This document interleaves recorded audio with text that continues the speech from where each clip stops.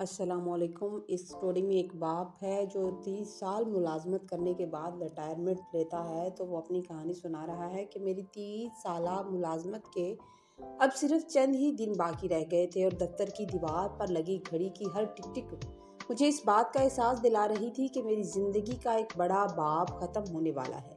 میں نے ہمیشہ اپنی زندگی بہت سادہ گزاری تھی اور اپنی ہر خواہش کو پس پشت ڈال کر صرف اپنے بیٹے زبیر کے مستقبل کو سنوارا تھا، تاکہ اسے کبھی کسی کے آگے ہاتھ نہ پھیلانا پڑے۔ میرے سامنے میز پر فائلوں کا جو ڈھیر پڑا ہوا تھا وہ مجھے بوجھ نہیں لگ رہا تھا، کیونکہ میرا ذہن ان 70 لاکھ روپے کے گرد گھوم رہا تھا جو مجھے ریٹائرمنٹ کے بعد ملنے والے تھے۔ میں نے دل ہی دل میں یہ پکا فیصلہ کر لیا تھا کہ یہ ساری رقم میں زبیر کے حوالے کر دوں گا، تاکہ وہ اپنا ایک اچھا سا کاروبار شروع کر سکے اور میں اپنے پوتے پوتیوں کے ساتھ ایک پرسکون زندگی گزار سکوں۔